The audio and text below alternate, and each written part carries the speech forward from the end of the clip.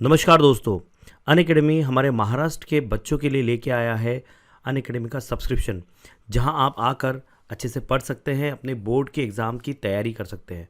जी हाँ दोस्तों, board exam के लिए आपको यहाँ पर जो एडुकेटर्स मिलेंगे, यहाँ पवन वाघ सर पढ़ा रहे हैं, यहाँ पर शुभम सर पढ़ा रहे हैं, यहाँ पर सरस्वती वाघ मैम पढ़ा रही है, रुबीना मैम पढ़ा रही है, मोक्षित सर पढ़ा रहे हैं और प्रशांत जोशी सर पढ़ा रहे हैं। आप अगर सभी के बारे में देखें तो हर किसी का अपना अपना एक स्पेशलिटी है। आप देख सकते हैं कि पवन वाघ सर का 22 ईयर्स का एक्सपीरियंस है। यहाँ आप देख सकते हैं प्रशांत जोशी सर 17 ईयर्स से पढ़ा रहे हैं। शुभम झा सर एक मेमोरी कोच है और साथ ही में मोक्षित मेहता सर ये फाउंडर टीम के मेंबर हैं। साथ ही में रुबीना मैम जो है यहाँ पर आपको अलग अलग जो लेक्चर देती है, उनकी मदद से आप अपनी पूरी तैयारी बहुत अच्छे से कर सकते हैं। इनको भी 8 साल का अनुभव है और मराठी के लिए, साइंस के लिए रुबीना मैम है और मराठी के लिए सरस्वती वाघ मैम है, जो आपको पूरी तरह से गाइड करेंगे। दोस्तों यहाँ मैं आपको एक बात बता दूं कि यहाँ जो क्लासेस हमारी होती है, अनलिमिटेड फ्री लाइव क्लासेस होती है। अभी आप स्पेशल क्लासेस ज्वाइन कर सकते हैं, सारी की सारी स्पेशल क्लासेस फ्री होती है। Best strategy and tips to crack the exam, यहाँ पर आपको बहुत सारी स्ट्रेटेजीज़ मिलती है, टिप्स मिलती है, जिससे आप इस एग्ज़ाम को बहुत अच्छे से क्रैक कर सकते हैं। आपके लाइव डाउट क्लियरिंग सेशन होते हैं, डेली क्विज़र्स होते हैं, डेली प्रोग्रेस रिपोर्ट आपको आपका देखने को मिलता है और लीडर बोर्ड की मदद से आप अपना परफॉर्मेंस भी चेक कर सकते हैं। अनलिमिटेड एक्सेस मिलता है आपको हर क्लास, हर कोर्स में। मतलब अगर आप किसी पर्टिकुलर कैटेगरी में जाते हैं, आप महाराष्ट्र बोर्ड कैटेगरी में आते हैं, तो वहाँ आपको अनलिमिटेड एक्सेस मिलेगा। इसका मतलब ये है कि आप जितने लोगों की क्लास चाहो उतनी देख सकते हो।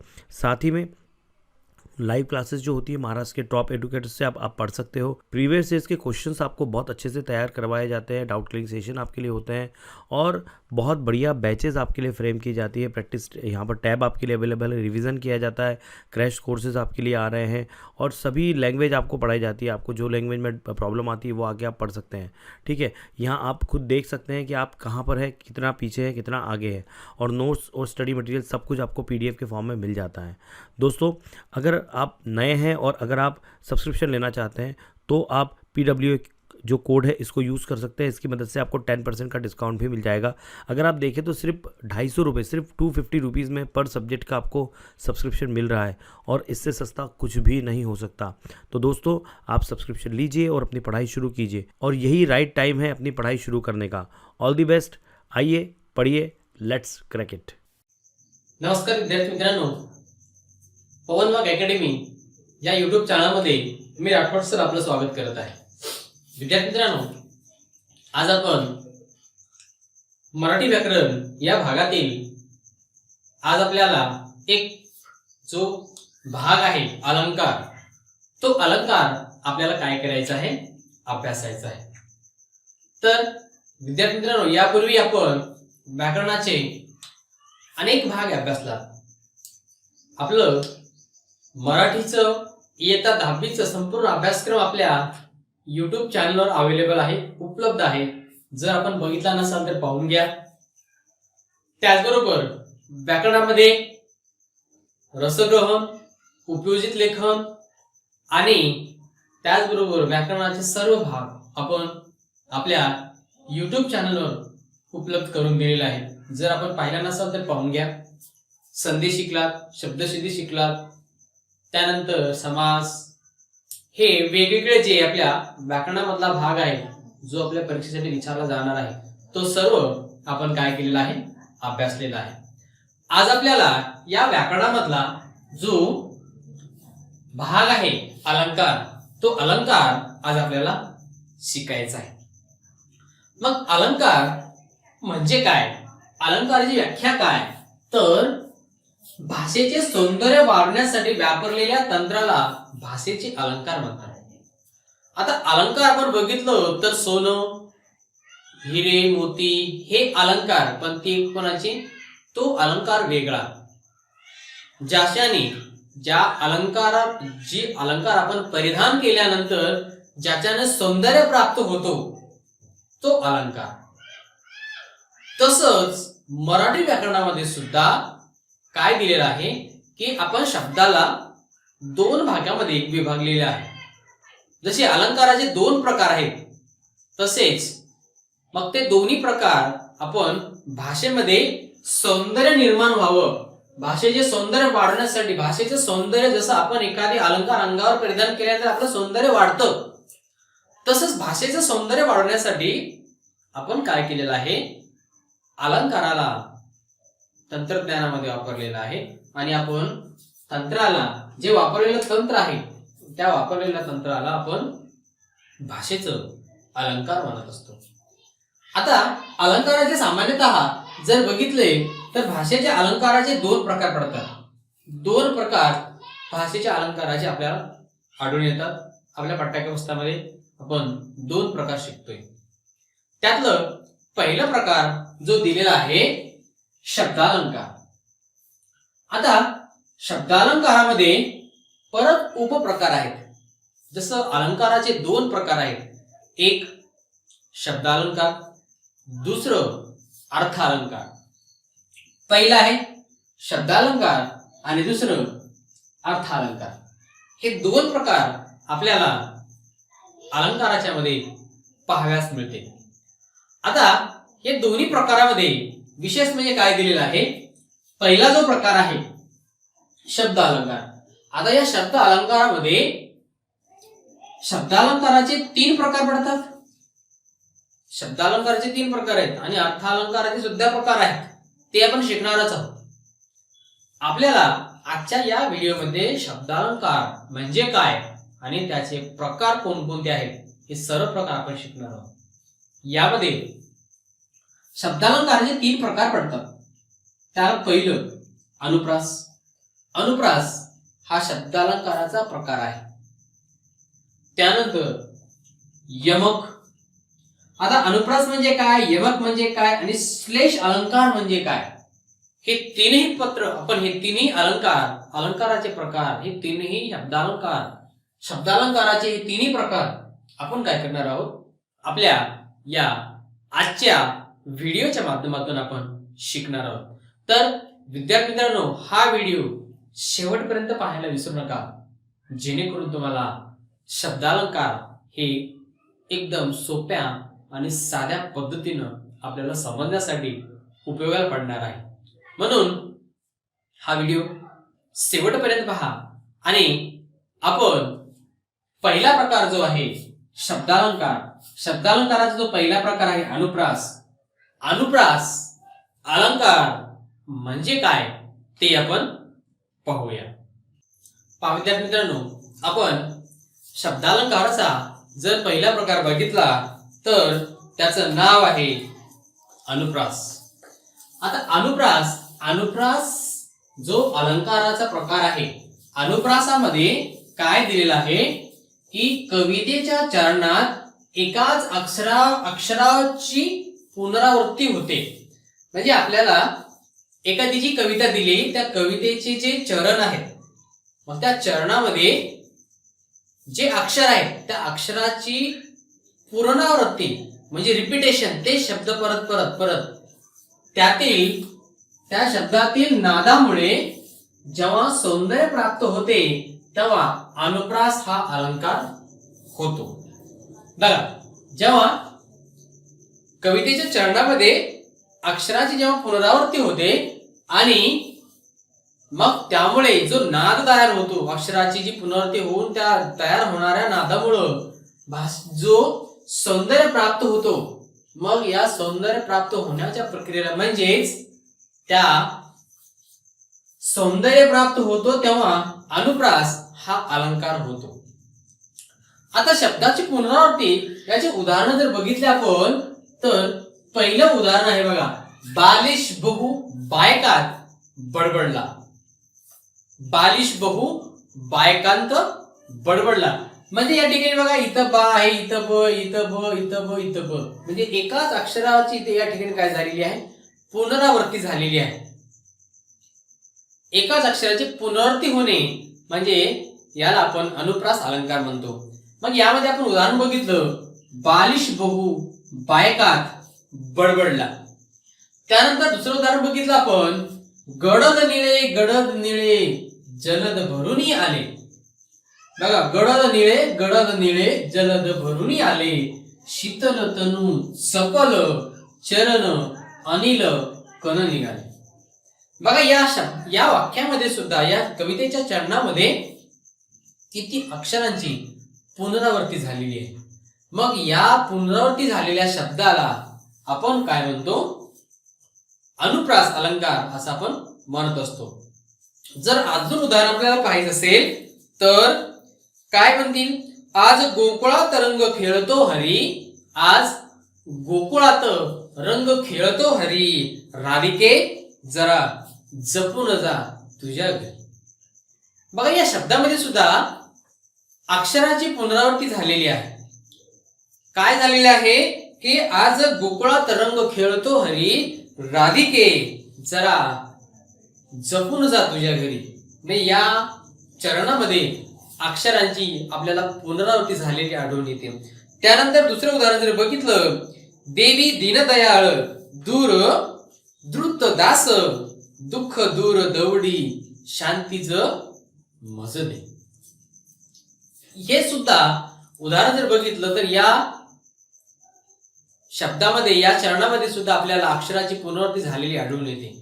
म्हणून आपण याला अनुप्रास अलंकार असं म्हणतो. यानंतर आपल्याला उदाहरण जर दुसरा पाहिजे असेल तर आपण दुसरा उदाहरण पाहू शकतो. चंदू के चाची ने चंदू के चाचा को चांदी के चमचे से चट चट चटणी चटाई. बघा आपण हा उदाहरण लिहून बघूया. तिसरं काय दिलंय? चंदू के चाची ने चंदू के चाचा को, चंदू के चाची ने चंदू के चाचा को चांदी के चमचे से चट चट चटणी चाटाई. बघा किती च आले? इथं च आहे, इथं दोन च, इथं च, इथं च, इथं च, इथं च, त्यानंतर इथं इथं इथं इथं. बघा एकाच अक्षराची यामध्ये किती वेळेस पुनरावृत्ती झालेली आहे. मग अशा पुनरावृत्ती झालेल्या अलंकाराला आपण काय म्हणत असतो? अनुप्रास अलंकार असं आपण म्हणत असतो. अजून एक उदाहरण जर पाहिजे असेल, मजेदार उदाहरण आहे ते. बघा हे चंदू की चाचीने बघितलं, त्यानंतर आपण दुसरा उदाहरण बघूया. काय बघता येईल आपल्याला? काकूने काकाचे, म्हणजे काकूने काकांचे कामाचे कागद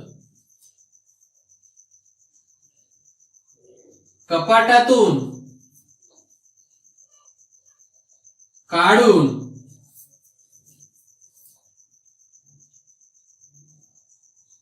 कात्रीने कर कर कापले. कात्रीने कर कर कापले. बघा काय उदाहरण घेतलं आपण? काकूने काकांचे कामाचे कागद कपाटातून काढून कात्रीने कर कर कापले. किती वेळेस क आलं? इथं इथं इथं इथं इथं इथं. प्रत्येक वाक्यामध्ये, प्रत्येक शब्दामध्ये एक अक्षर तरी कच आहे. जसं इथं प्रत्येक शब्दामध्ये एक अक्षर तरी चच आहे, तसंच काकूने काकांचे कामाचे कागद कपाटातून काढून कात्रीने कर कर कापले. हा सुद्धा उदाहरण आपल्याला अनुप्रास अलंकाराचा आहे असं आपल्याला या उदाहरणाच्या माध्यमातून सांगता येईल. म्हणून विद्यार्थ्यांनो, अनुप्रास अलंकार खूप सोपा आहे आणि यामध्ये फक्त आपल्या लक्षात काय घ्यायचं आहे की जर अक्षरांची त्या चरणामध्ये, कवितेच्या चरणामध्ये जो आपल्याला परीक्षेच्या मध्ये कविता दिली असेल, त्या कवितेच्या चरणामध्ये आणि त्या चरणातील अक्षरांची जर पुनरावृत्ती झाली असेल, तेच अक्षर जर रिपीटेशन आला असेल, रिपीट जर आला असेल, तर आपण त्या अलंकाराला अनुप्रास अलंकार आपण असं म्हणू शकतो. बरोबर. काल यानंतर आपण शब्दालंकाराचा जो दुसरा प्रकार आहे, दुसरा प्रकार ज्याचं नाव आहे यमक. यमक आपण शिकूया. अनुप्रास अलंकार यामध्ये फक्त लक्षात काय ठेवायचं आहे की आपल्याला यामध्ये दिलेले जे अक्षर आहे या अक्षराची पुनरावृत्ती झालेली आपल्याला आढळून येते. यानंतर आपण याचा जो दुसरा प्रकार आहे, दुसरा प्रकार म्हणजे कोणता? यमक. यमक प्रकार नंबर 2 यमक अलंकार. मग आता यमक अलंकारामध्ये जी व्याख्या आहे ती व्याख्या काय म्हणते? वेगवेगळे अर्थ असणाऱ्या, वेगवेगळे अर्थ असणाऱ्या परंतु उच्चारात समानता असणाऱ्या, परंतु उच्चारात समानता असणाऱ्या शब्दाचा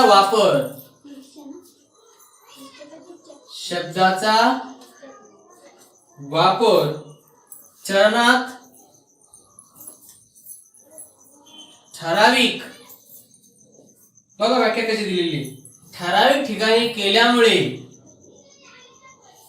ठराविक ठिकाणी केल्यामुळे जो नाद निर्माण होऊन, जो नाद निर्माण होऊन जे सौंदर्य प्राप्त होते, नाद निर्माण होऊन जे सौंदर्य प्राप्त होते त्यास यमक अलंकार असे म्हणतात. यमक अलंकार असे म्हणतात. आता यामध्ये जर आपण उदाहरण जर बघितलं तर उदाहरण बघा काय दिलंय? सुसंगती सदा घडो, सुसंगती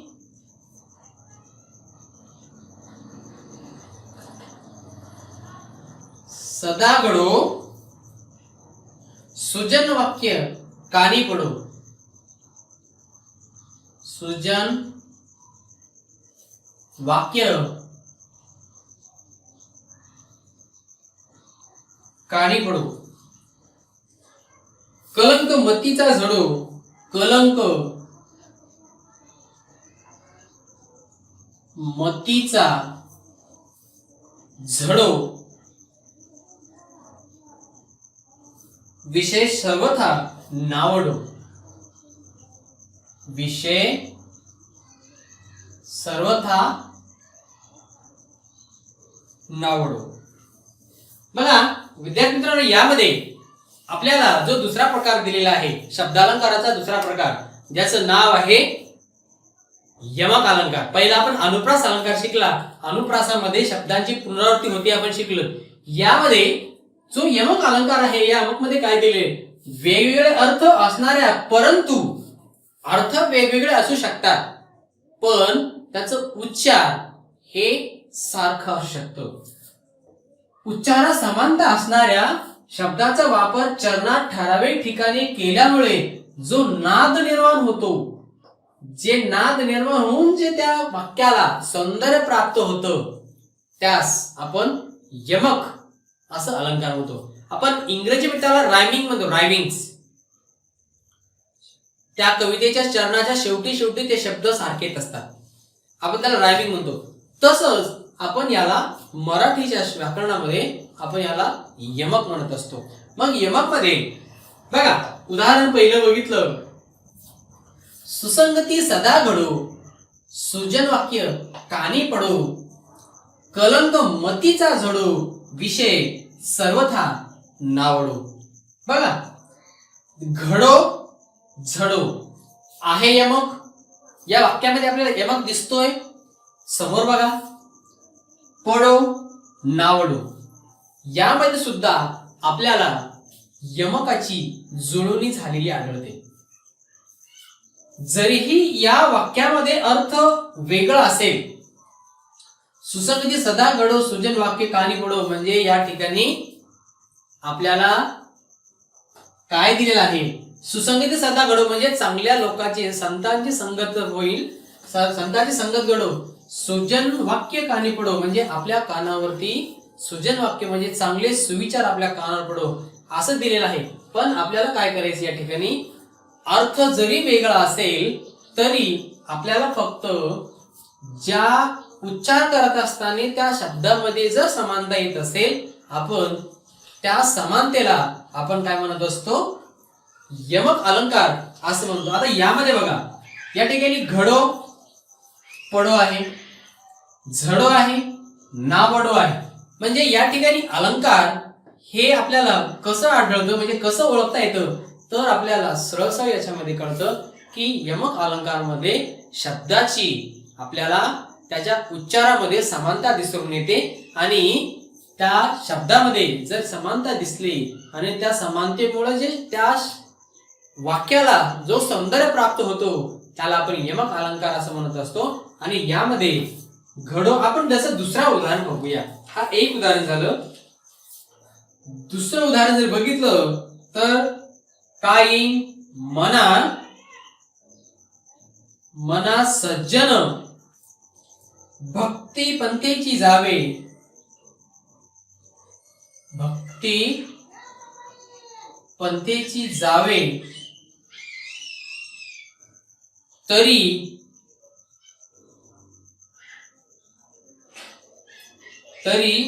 श्रीहरी पाविजे, श्रीहरी पाविजे ते स्वभावे. बघा, आता या दुसऱ्या उदाहरणामध्ये सुद्धा आपल्याला या ठिकाणी जावे आणि स्वभावे हे दोन यमकाचे शब्द आपल्याला या उदाहरणामध्ये पाहायला मिळतात. म्हणून हा अलंकार हा यमक अलंकार आहे असं आपल्याला मानता येईल. म्हणजे आपल्याला यमक अलंकार ओळखण्यासाठी फक्त आपल्याला काय लागतं, उच्चार सारखा लागतो. अर्थ जरी वेगळे असेल तरी काही हरकत नाही, आपल्याला त्या अर्थाला काही घेणं नाही. काय आपल्याला महत्वाचं काय, यमक अलंकारामध्ये जे उच्चारलेले शब्द आहेत त्या उच्चारलेल्या शब्दामध्ये आपल्याला समानता आढळून आली पाहिजे. आणि जर आपल्याला समानता आढळून आली तर आपण त्या शब्दाला, आपण त्या पूर्ण वाक्याला कोणतो अलंकार, तर आपण यमक अलंकार असं म्हणू शकतो. विद्यार्थी मित्रांनो, या ठिकाणी आपल्याला तिसरा जो शब्दालंकाराचा प्रकार आहे, तिसरा प्रकार जो शेवटचं ज्याचं नाव आहे श्लेष अलंकार, तो श्लेष अलंकार आपण काय करूया, अभ्यासूया. दोन अलंकार आपण अत्यंत चांगल्या पद्धतीने अभ्यासलेला आहात. यानंतर आपण जो तिसरा अलंकार दिलेला आहे ज्याचं नाव आहे श्लेष अलंकार. श्लेष अलंकार, श्लेष अलंकारामध्ये बघा काय दिलेलं आहे, या अलंकारात एकच शब्द दोन अर्थाने वापरला जातो. यामध्ये काय दिलं जातं, या अलंकारात एकच शब्द दोन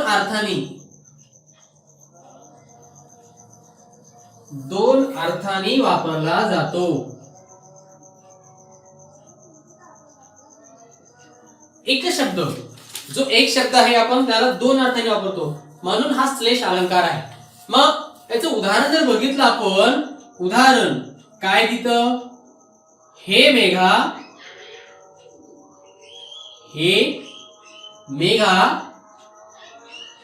तू सर्वांना, हे मेघा तू सर्वांना जीवन देतोस.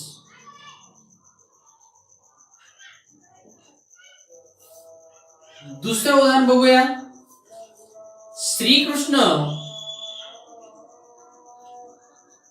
श्रीकृष्ण नवरा मी नवरी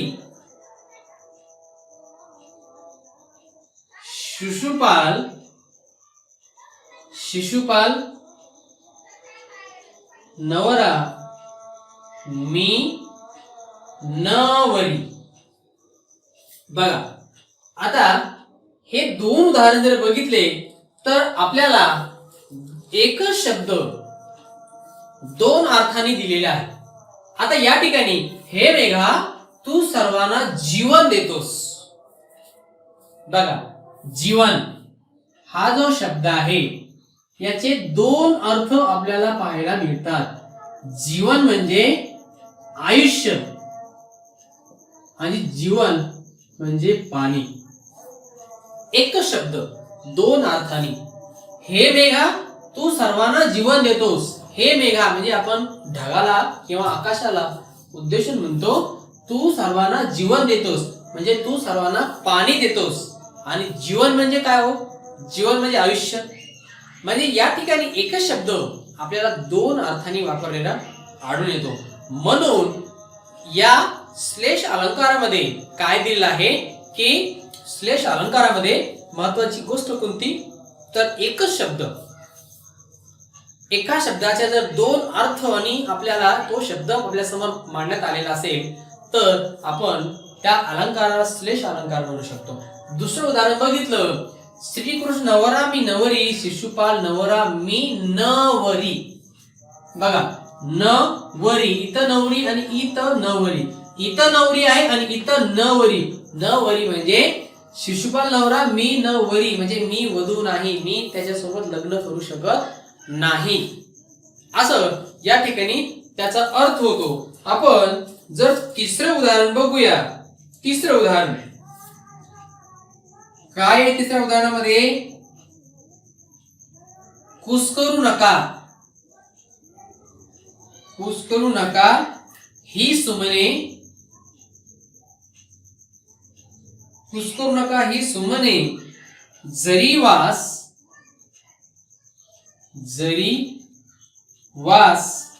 नशे तीळ यास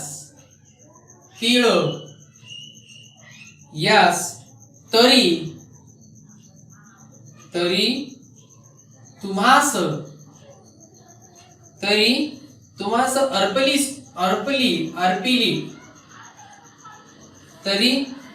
अर्पिली सुमने.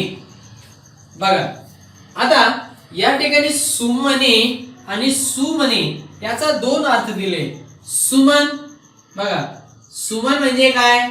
या ठिकाणी आपण सुमने. सुमन म्हणजे काय होतं? फूल होतं. सुमनला समानार्थी शब्द काय? फूल. आणि सुमने म्हणजे चांगली मने. चांगली मने किंवा चांगलं मन. आता या ठिकाणी दोन जो सुमने आणि तर सुमने आहेत या एका शब्दाचे दोन अर्थ आपल्याला पाहायला मिळतो. एक सुमने म्हणजे फूल आणि दुसरं सुमने म्हणजे चांगली मने. आहे का दोन अर्थ? एका शब्दाची आपल्याला दोन दोन अर्थ या अलंकारामध्ये पाहायला मिळतात. म्हणून हा अलंकार आपण श्लेष अलंकार म्हणू शकतो. त्यानंतर चौथं उदाहरण बघूया. मला यष्टी लागते. मला यष्टी लागते. आता लागणे लागते म्हणजे एक यष्टी लागते म्हणजे मला गरज आहे. लागणे बघा या ठिकाणी मला दोन शब्द लागणे दोन अर्थ. लागणे म्हणजे गरज असणे आणि दुसरं आहे त्रास होणे. म्हणजे मला यष्टी लागते म्हणजे मला यष्टीची गरज आहे आणि दुसरी मला यष्टी लागते म्हणजे मला यष्टीचा त्रास होतो. लागणे याचा अर्थ या ठिकाणी दोन अर्थ मांडलेला आहे. त्यानंतर जर पाचवं बघितलं काय बघता येईल आपल्याला?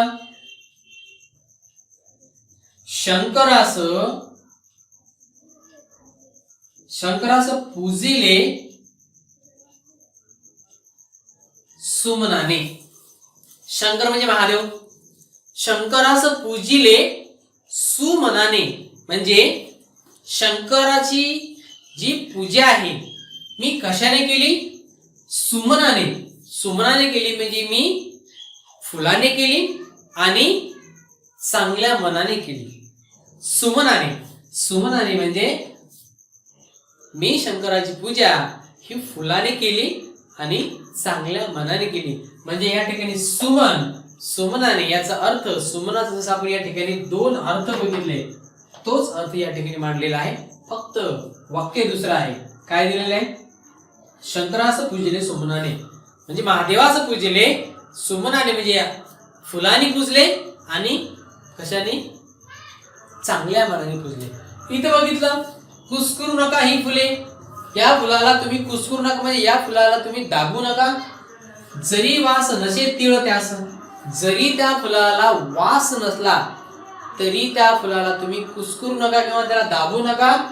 तरी तुम्हाला अर्पिली सुमने, जरी तुम्ही त्याला दाबलास तर ते आपण त्याला काय केलं? सुमनाने अर्पलं म्हणजे चांगल्या मनाने अर्पलेलं आहे.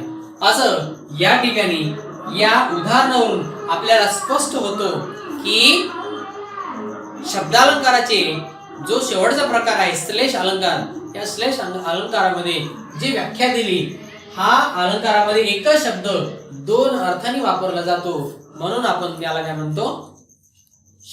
श्लेष अलंकार आपण म्हणतो. विद्यार्थी मित्रांनो, अलंकारामध्ये दोन प्रकार आपण सुरुवातीला बघितलं होतं. त्यामध्ये दोन अलंकाराचे प्रकार पडतात. एक शब्दालंकार, दुसरा अर्थालंकार. शब्दालंकारामध्ये सुद्धा तीन प्रकार पडतात. आपण बघितलं. पहिलं जे बघितलं होतं अनुप्रास, दुसरं यमक, तिसरं श्लेष अलंकार. आता अनुप्रास अलंकारामध्ये आपण बघितलं होतं की अक्षराची काय होती? पुनरावृत्ती होते. जे अक्षर दिले त्या अक्षराची काय होते? आपल्याला पुनरावृत्ती झालेली आढळते. बरोबर. त्यानंतर आपल्याला दुसरा जो अलंकार प्रकार होता यमक. यमक अलंकारामध्ये काय आढळलं आपल्याला की जरी अर्थ वेगळे असेल तरी त्याचा उच्चार समान आहे. जर उच्चार समान आला तर आपण त्याला यमक अलंकार म्हणत असतो. आणि जो तिसरा आणि शेवटचा प्रकार आहे श्लेष अलंकार. श्लेष अलंकारामध्ये एकच शब्द जर दोन दोन अर्थाने वापरला असेल तर आपण त्या अलंकाराला काय म्हणत असतो? श्लेष अलंकार म्हणत असतो. म्हणून विद्यार्थी मित्रांनो, या ठिकाणी तीन अलंकार आपण एकदम अत्यंत चांगल्या पद्धतीने शिकला असाल. आणि यानंतर आपण एक अर्थालंकाराचा स्वतंत्र व्हिडिओ मी तुमच्यासाठी घेऊन येणार आहे. तोपर्यंत तुम्हाला हा व्हिडिओ कसा वाटला अवश्य कळवा. मला आशा आहे की तुम्हाला हा जो अलंकाराचा प्रकार आहे तो समजला असेल. जर तुम्हाला समजला असेल तर विद्यार्थी मित्रांनो लाईक करायला विसरू नका. आणि आपल्या मित्रांमध्ये शेअर करायला अजिबात विसरू नका. आणि आमच्या पवन वाघ अकॅडमी या युट्यूब चॅनलला सबस्क्राईब करायला विसरू नका. जर आपण सबस्क्राईब केला असेल तर आपले धन्यवाद. आणि विद्यार्थी मित्रांनो, त्याचबरोबर PWL लाईव्ह या पण युट्यूब चॅनलला सबस्क्राईब करायला विसरू नका. आणि जर तुम्ही आमच्या पवन वाघ अकॅडमी नावाचं ॲप्लिकेशन डाउनलोड केलं नसाल तर प्ले स्टोरवर जाऊन तुम्ही डाउनलोड करून घेऊ शकता. त्या ठिकाणी तुम्हाला संपूर्ण अभ्यासक्रम एकाच जागेवर उपलब्ध आहे. म्हणून जर तुम्ही डाउनलोड केला नसाल तर करून घ्या. आणि हा व्हिडिओ जास्तीत जास्त तुमच्या मित्रांमध्ये शेअर करायला विसरू नका. पाहत रहा पवन वाघ अकॅडमी युट्यूब चॅनल. धन्यवाद.